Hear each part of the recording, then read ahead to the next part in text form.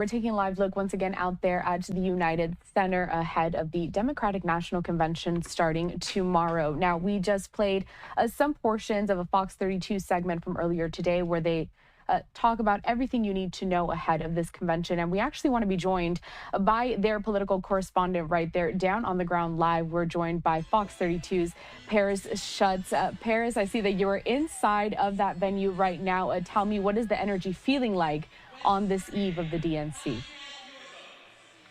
Well, to give you a sense of what the energy is like, there's a live band and a DJ rehearsing here. So Governor Pritzker and other convention officials have talked about a rock star kind of vibe. It's going to be like a big concert. They were just going through a rehearsal for the roll call, and for each state, they're playing like a song that corresponds with that state. So really leaning into the pep rally party atmosphere of the convention here. We saw some folks on the floor. We caught up with Democratic Party Chairman Jamie Harrison. I asked him if Chicago has a lot on the line here, because we know there's a lot of activity expected outside of the United Center.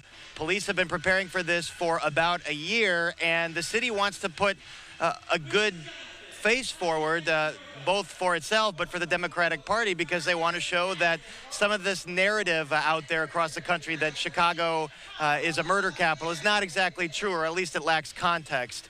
So there's so many different storylines to follow as we await day one tomorrow. Paris, I'm glad that you spoke a little bit about what's happening outside of that venue. I actually do have a live look that I want to prop up for our viewers right now of protesters that are outside over there taking to the streets in Chicago. I'm going to bring it up in just a moment once we get a better vantage point. But Paris, that brings me to my next question. I know that officials down there, they have been kind of wary about these protesters, and there's been a lot of comparisons to the last time the DNC was held in Chicago back in the 60s. When we saw protesters for the Vietnam War. So tell me about how security has been amped up. I also hear that the National Guard is on standby.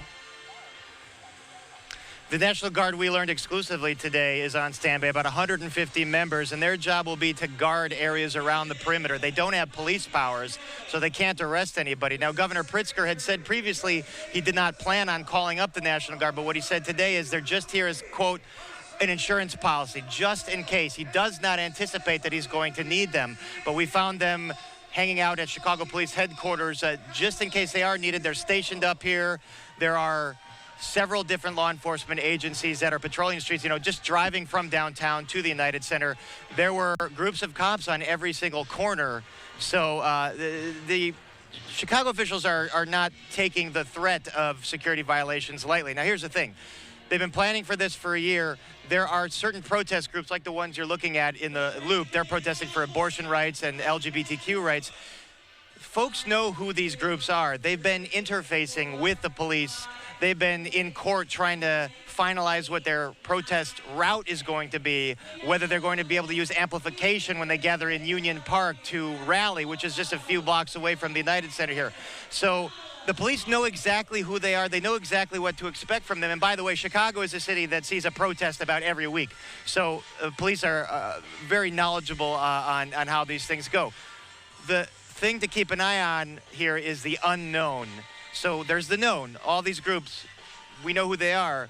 The unknown is who's coming from out of town with the intent to cause disruption. And what Police Superintendent Larry Snelling has said, the second the peaceful protest turns into any kind of vandalism or violence, or even squatting on someone's personal property, they are going to step in and issue mass arrests. And there's a whole courthouse set up just for folks arrested during the DNC.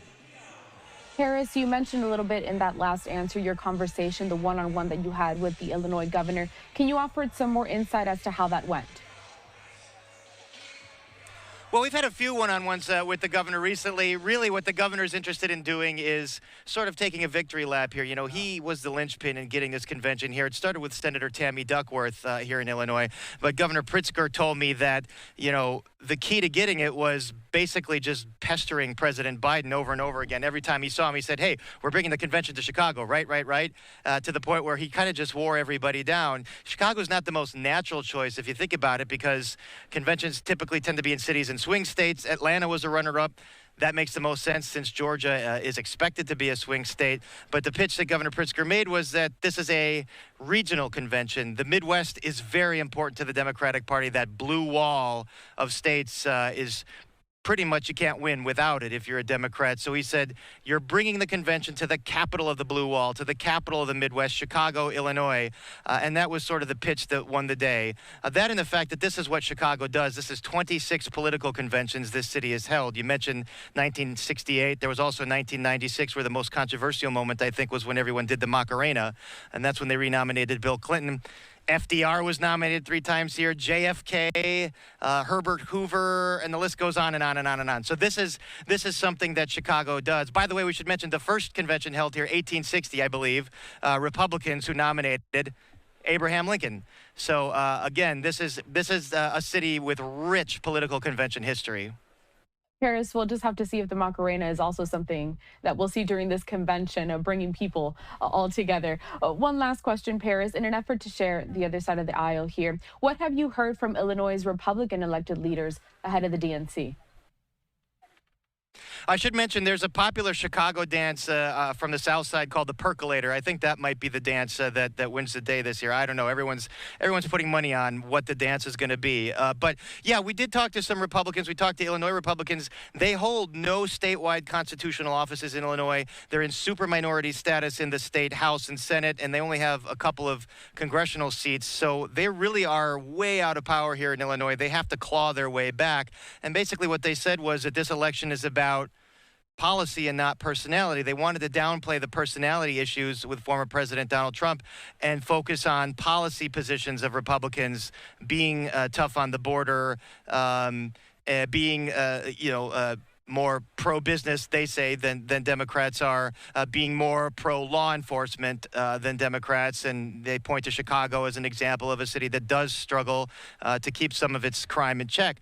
But it's hard to make the case that this isn't about personalities right now when the former president is saying things that sort of draw attention to his personality, making comments about Kamala Harris's race or her intelligence, her character. We know the reports saying that even the former president's own advisors want him to talk about policy. So Illinois Republicans, again, are saying, hey, if we make it about policy, we stand a much better chance. But for them, it's really about inching and clawing their way back to some kind of political relevancy in the state of Illinois. Paris Schutz down there for Fox 32 Chicago, our political correspondent on the ground. We appreciate your time here. I know you're going to be very busy this week, but we hope to continue to check in with you throughout the DNC. Thank you. You bet. Sounds great. Thank you. And we do want to give you this live look, as I had been mentioning, from outside of the venue over there in Chicago, where protesters are already lining up, taking to the street. And we know that, of course, there's a lot of manpower behind when it comes to law enforcement officials and what they're going to need to make sure that everyone stays safe during this convention. I'd like to pull up this tweet here from Chicago Police. It says the Chicago Police Department is ready for the Democratic National Convention, which begins tomorrow. Our officers will be securing both convention areas in every community citywide. And then we also have another tweet that says resources from across the department, such as bicycles, helicopter support, and citywide teams are continuing to secure the city's neighborhoods during the DNC. So just moments ago, you did see that we spoke with Paris Schutz down there on the ground for Fox 32. And a little earlier today, he did have another conversation when it comes to the Democratic chair. I'd like to play out some of those remarks for you next. Pressure on Chicago to make sure that this is smooth, both inside and outside this week, so you put the best foot forward. Listen, it's going to be a fantastic event. This is going to be the best convention the Democrats have ever had, and it's partly because of just the great leadership that we've gotten from the city of Chicago, from the mayor's office, from the governor's office here in Illinois, to the Chicago Police Department. They are top-notch. We've done a number of events with them. We've been working with them for over a year and a half now. And I have complete faith that they and the Secret Service are going to make this the safest place on the planet for these next 4 days. What about inside the convention hall? Do you expect there to be some of the uncommitted delegates that might want to chant or disrupt some of the speeches? I mean, listen, we have about 30 uncommitted delegates out of 4,000, and this place is going to be jam-packed. And in the end of the day, we're all Democrats. And we understand that we have to be respectful for the process. We have to be respectful for the folks that are on that stage. So I have complete confidence that this is going to be a wonderful event for all. A wonderful event. You know, it's been described by Governor Pritzker as kind of like a rock concert vibe.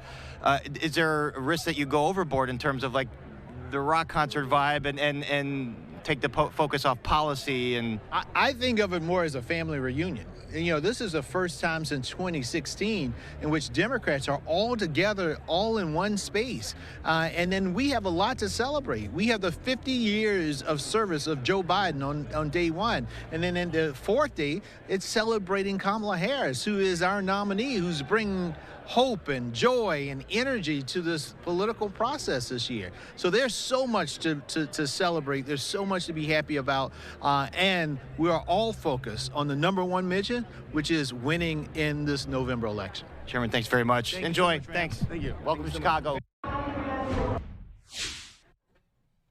All right, you just heard there of Fox 32's political correspondent, Paris Schutz, who we spoke with moments ago, also having an interview with Jamie Harrison, the party chair of the Democratic Party. Another live look outside of the United Center down there in Chicago. As you can see, the police are already spread out, looking to make sure that security stays tight throughout this entire convention. We know that several protest groups are going to be out there throughout this next week. We do also have a live look inside of the venue in which the DNC will be held. We're stepping away for our first commercial break of this hour. We'll be back with more next.